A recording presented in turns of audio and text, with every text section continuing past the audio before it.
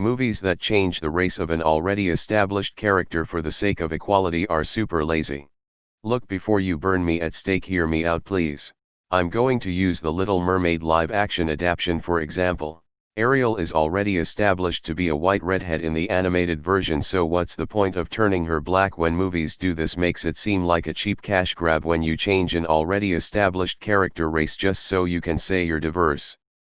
I will say some movies that were made before this whole race exclusivity movement do lack diverse cast members, but instead of rebooting those movies, and filmmakers should strive to make new original characters. It seems less forced and exploitative to just simply strive to do better in newer movies. Sorry if I did a bad job of explaining this, but agreed, and it also leads people to forget about awesome characters who have always been black. Don't forget about gender changing. Comics have especially been doing that a lot. They should make unique characters, not just giving a character boobs instead of ABS. This post-racist JK. But nah, for real, you ain't lying. I think the same is true of gender. Did we really need a female Ghostbusters? They do it because they lack the creativity to invent new characters that don't suck. Superman is a white guy. Blade is a black guy. They are both awesome. If you want to make a black Superman, write up a new one separate from the original backstory. If you want to make a white Blade, yeah, good luck with that. The only good one was Nick Fury. As a black woman, thank you for this. The black community sees this as a win, but I and anyone with half a brain can see that it's pandering laziness in the form of sloppy seconds. It's like offering an orphan a mother, then you give them a $2 hooker for Christmas. If you want to show representation, come up with original ideas. Yeah, it was annoying when Christians made Jesus white. Every time I watch the Ten Commandments, I wonder why there are no darker-skinned people in all of Egypt except for Yul Brynner and the Nubians who show up after the Jews are let go. But of course they are played by people in blackface, or sex for that matter. I think you have to go on a case-by-case basis. Atticus Finch, for instance, should always be white. A Rocky reboot with Rocky being black and Apollo Creed white, I don't know. James Bond black, why not? They were talking about Idris Elba playing him, I think he'd be great. Interestingly, I think it's more important that he have an English accent than what his actual skin color is. I bet they don't make Tarzan black. I think The Little Mermaid was chosen for her singing voice. I don't think race should have anything to do with them being hired for a position unless their race directly affects the story.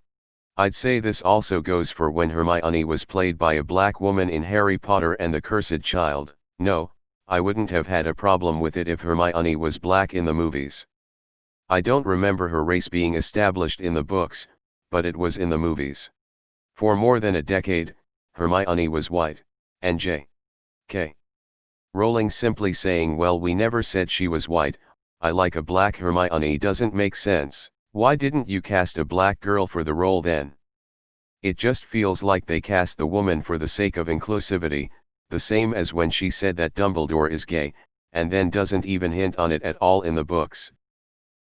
Why can't we just leave a movie alone once it's made? They could have made Ursula played by a black woman and it would have been perfect. They did it in Harry Potter with Lavender. For 2 movies she was black and then all of a sudden she was white. I think it can work sometimes. Jack Crawford's actor in the Hannibal TV show did mix it up a bit, though largely I agree with you, it's usually kind of forced. It's the same thing with Josie and the Pussycats in Riverdale. Neither Josie nor Melody are black and never were. You'd think they'd add Chuck and Nancy, but no. Let's change the race of others to establish a racially diverse cast. Especially Gaz from Modern Warfare, he did not need to be changed. The failed Fantastic Four movie. The Storm siblings should have been one race, i.e. both white or both black. The whole adoption thing was stupid and shouldn't have happened. It can work if it's done right. Look at Nick Fury, he is white in the comics but Marvel put him as the likeness as Sam Jackson, with his permission. They retconned him in another universe and it worked. I do agree that if a movie changes characters around to be more woke can ruin the movie. Character setup when it's focused on my character is gay and it's my only redeeming quality type does a disservice to their character and not relatable in any way. There is always a line for character development, and wokeness really isn't one of them. Just have the character go about their business in the movie unless it is something that defines them and has brought them to the point they're at right now.